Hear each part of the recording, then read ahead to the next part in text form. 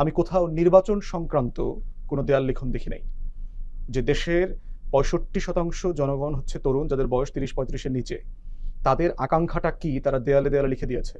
নতুন বাংলাদেশ চাই, ফ্যাসিবাদী বন্দোবস্তের বিলোপ চাই, নতুন রাজনীতি চাই। আকাঙ্ক্ষাগুলো কি? সেখানে নির্বাচন নাই। তো এখন অন্তর্বর্তীকালীন সরকার যেহেতু আমাদের সবার, সে রাজনৈতিক দলেরও, সে ছাত্রদেরও, সেখানে এই সরকারের একটা সমন্বয়বাদিতার জায়গাই হচ্ছে গভর্নেন্স ডেলিভারি করার জায়গাটা আর কি। তো সেখানে আপনার সংস্কার, বিচার, নির্বাচন পুরোটা তার প্যাকেজের এখতিয়ার, জুরিসডিকশনটা হচ্ছে তাই। তো সেই জায়গাতে প্রফেসর ইউনূস যেটা বলেছেন ভেরি রাইটলি বলেছেন, এবং এটাকে উনি কিন্তু first chapter of the term বলেছেন, যে ওনার অ্যাডমিনিস্ট্রেশনের প্রথম অধ্যায়টা শেষ হয়েছে, দ্বিতীয় অধ্যায়টা শুরু হবে। এবং এটাও বুঝবার বিষয় আছে যে সে আসলে প্রথম অধ্যায় বলতে কি বুঝাচ্ছেন, কি বলতে চেয়েছেন। প্রথম অধ্যায়টা যদি কেউ ওনার এই টার্মিনোলজিটা বুঝে থাকেন, তাহলে আপনি যে শব্দগুলো দিয়ে ব্যাখ্যা চেয়েছেন সেটা বোঝাটা অনেক সহজ হবে।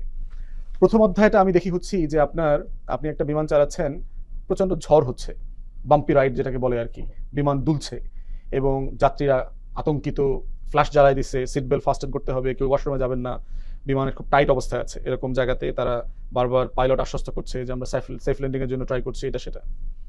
সেফ ল্যান্ডিংটা হয়ে গেছে, যাত্রীরা মানে আশ্বস্ত হয়েছে যে আমরা বেঁচে থাকবো, আমাদের বিমানে আগুন লাগে নাই, বিমানটা একটা জঙ্গলে গাছে এসে গিয়ে ধাক্কা লাগে নাই, বিমানটা পানিতে পড়ে নাই, অতএব কোনো ডেব্রি হয়ে আমাদের মরে যাওয়ার কোনো জায়গা নাই, আমরা বেঁচে আছি। এইটা হচ্ছে আপনার সেফ ল্যান্ডিং এর জায়গা।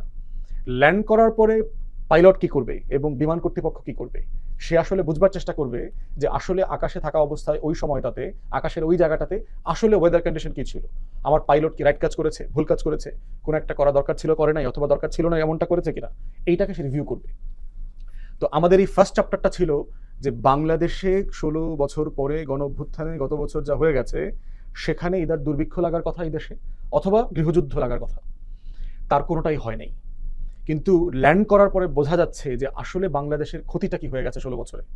প্রত্যেকটা শ্বেতপত্র কমিটি অথবা কমিশনের প্রতিবেদন যদি পড়েন, প্রতিদিনে আমরা আমলাদের যে দুর্বৃত্তপনা দেখতে পাচ্ছি, সিভিল মিলিটারি ব্যুরোক্রেসিতে যে ধরনের অস্থিরতা দেখতে পাচ্ছি, আমাদের আর্ম ফোর্সেসের লিডারশিপ কিভাবে গত ১৬ বছরে ডিজিএফআইএনএসআইন নামে আয়নাঘর তৈরি করেছে, জাতিসংঘ দেখেন মাত্র ৬ সপ্তাহ আমলনামা দিয়েছে জাতির সামনে। সেই জায়গাতে দেখেন যে আমাদের ফার্স্ট চ্যাপ্টারটা হচ্ছে বাংলাদেশকে উনি একটা বাম্পি রাইট থেকে সেভ করেছেন।